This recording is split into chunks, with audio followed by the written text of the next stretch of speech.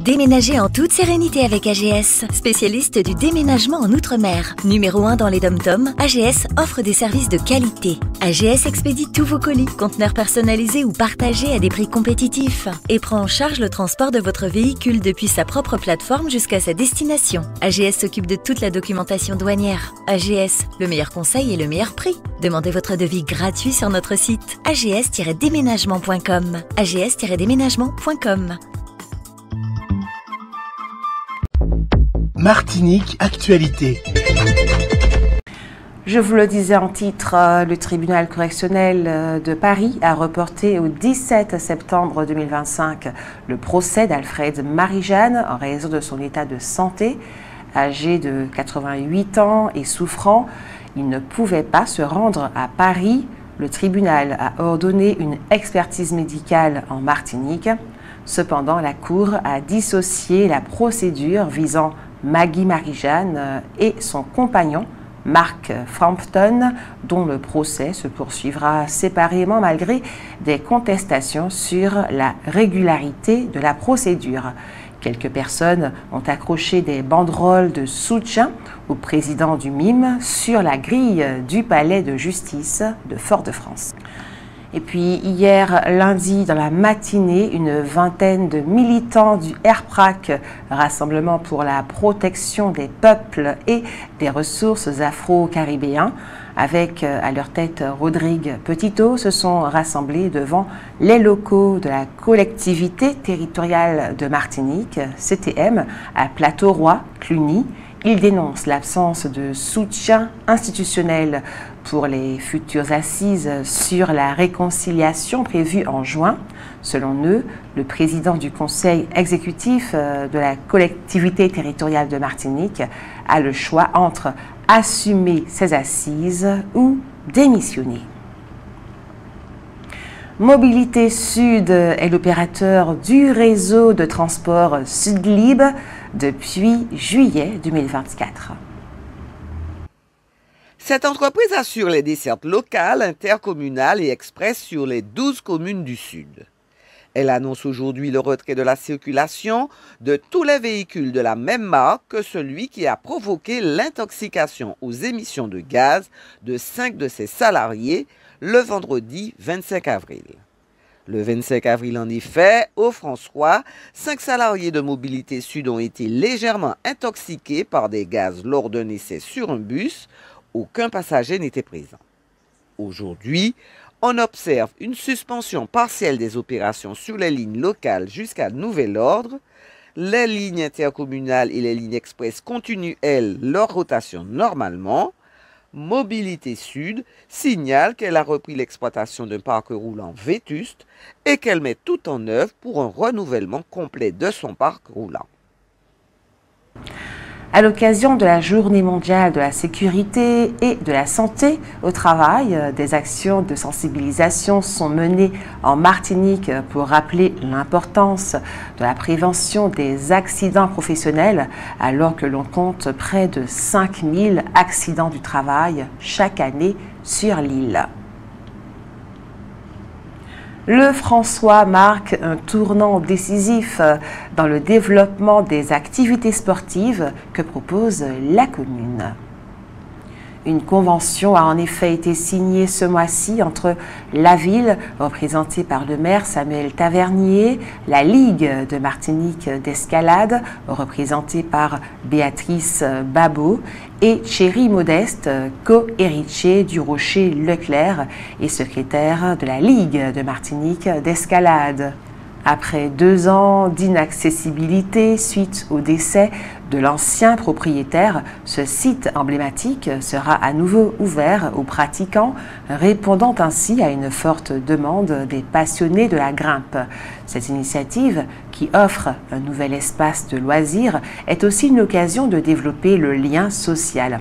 Elle constitue par ailleurs un véritable engagement envers le développement sportif et environnemental du François, en fournissant un cadre réglementé et sécurisé pour la pratique de l'escalade.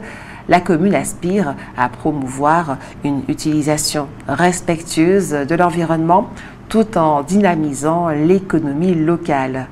C'est la conjonction du public et du privé qui permet de réaliser des projets concrets et ambitieux. Ensemble, nous pouvons répondre aux besoins de notre population, a souligné le maire. Ajoutons que ce partenariat permettra également l'intégration du rocher dans des programmes scolaires, offrant ainsi aux jeunes l'opportunité de découvrir et de pratiquer l'escalade dans un cadre éducatif. Ce projet s'inscrit dans une démarche plus large de valorisation des activités sportives sur le territoire. Ainsi, un stade international de VTT à la Pointe-Courchet est en voie de réalisation. Selon l'INSEE, les prix à la consommation ont progressé de 0,2% en mars 2025 en Martinique, marquant un ralentissement par rapport à la hausse de 0,4% observée en février. Cette évolution est portée par une augmentation des tarifs dans les services, plus 0,4%, tandis que les prix de l'énergie reculent de 0,5% et que ceux de l'alimentation et des produits manufacturés restent stables.